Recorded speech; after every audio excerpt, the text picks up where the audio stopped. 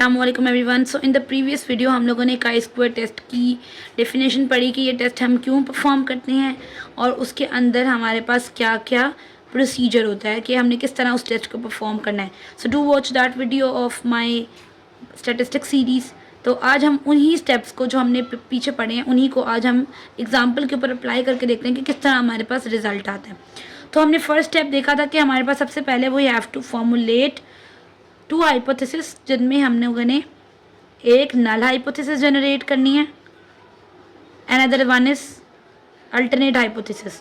तो पहले हम देखते हैं कि हमारे पास एग्जांपल क्या है।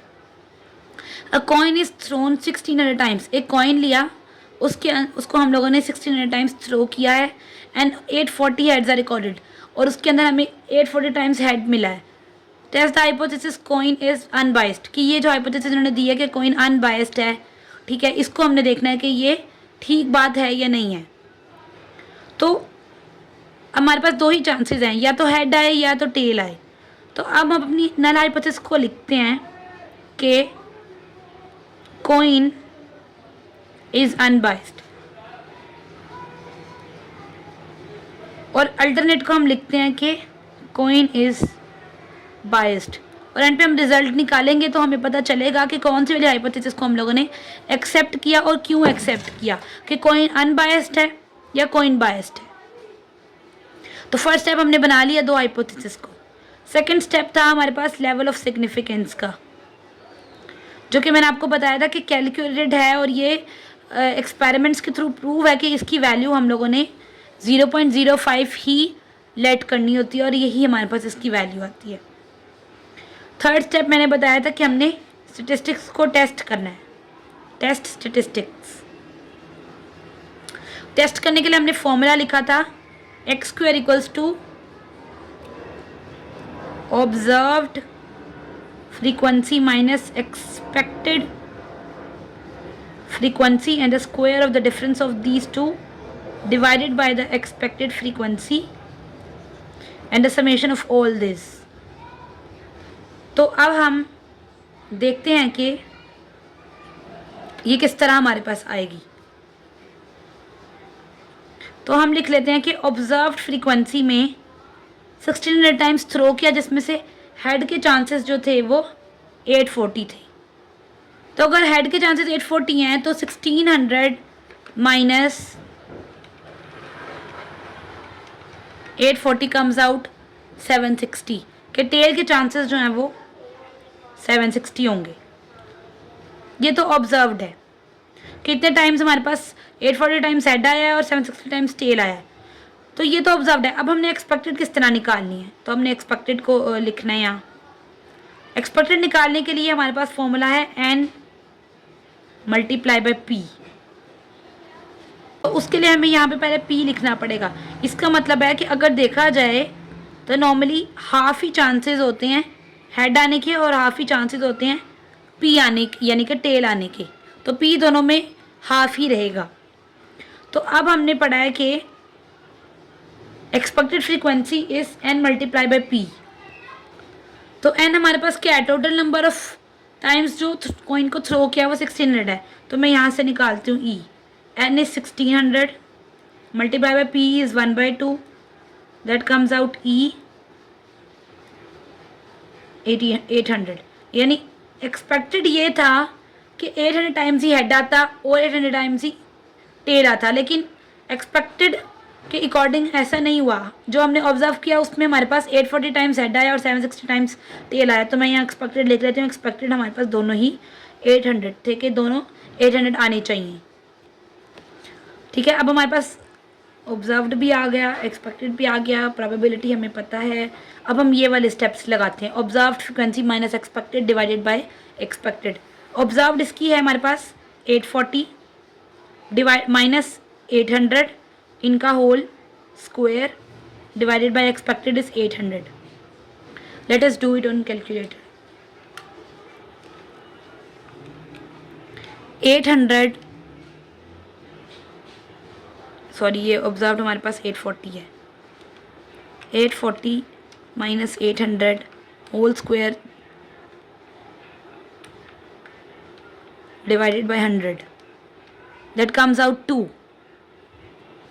तो फर्स्ट वाले एरिया में हम लिख देते हैं 840 के आगे कि काई स्क्वायर ने फॉर्मूला ने इसका रिजल्ट 2 दिया है। अब हम नेक्स्ट वाले को लगाते हैं जो कि हमें कहते हैं कि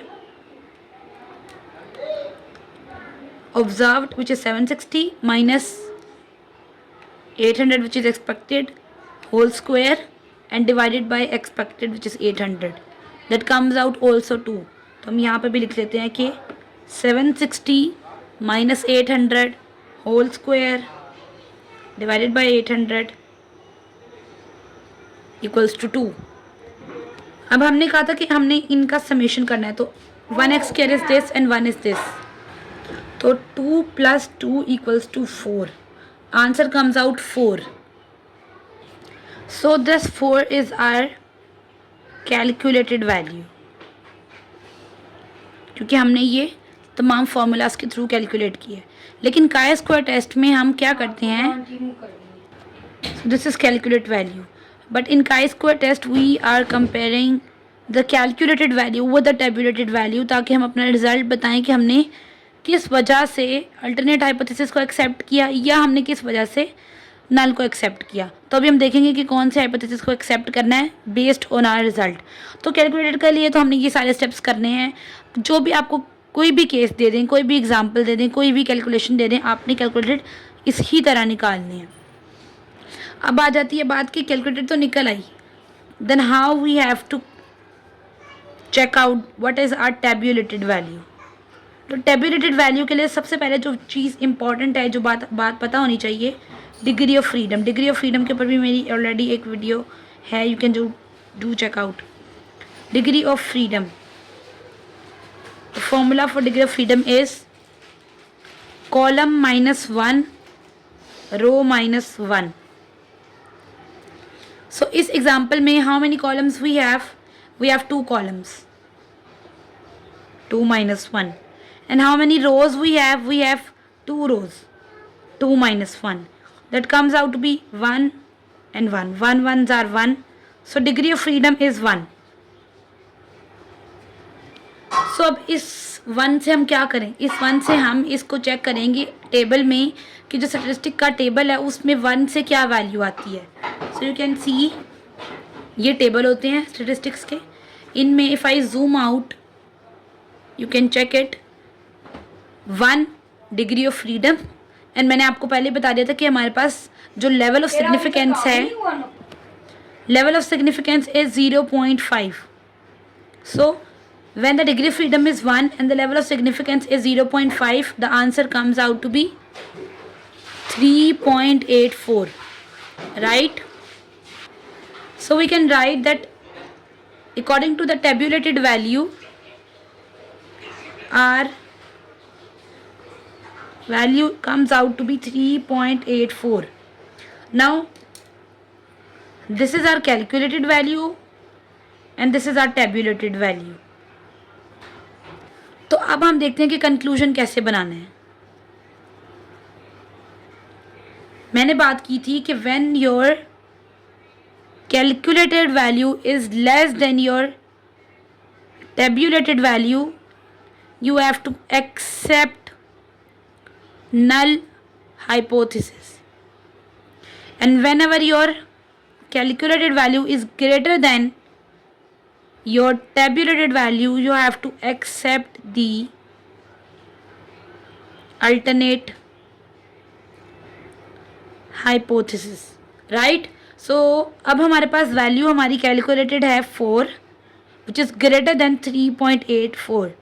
that means this case is applying to our result.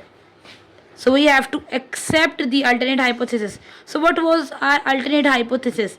Our alternate hypothesis was that the coin is biased. Otherwise अगर वो बायस्ड ना होता तो 800 टाइम्स ही हमारे पास एक्सपेक्टेड आती टेल वाली साइड और 800 टाइम्स ही हमारे पास हेड आता, लेकिन ऐसा नहीं हुआ बिकॉज कॉइन वॉज बाइस्ड। तो how we have to write, we are accepting the alternate hypothesis because our calculated value is greater than our tabulated value. So the coin is biased. I hope that chi-square test is now clear to you. If you have any confusion, you can do ask me in the comment section. Bye bye.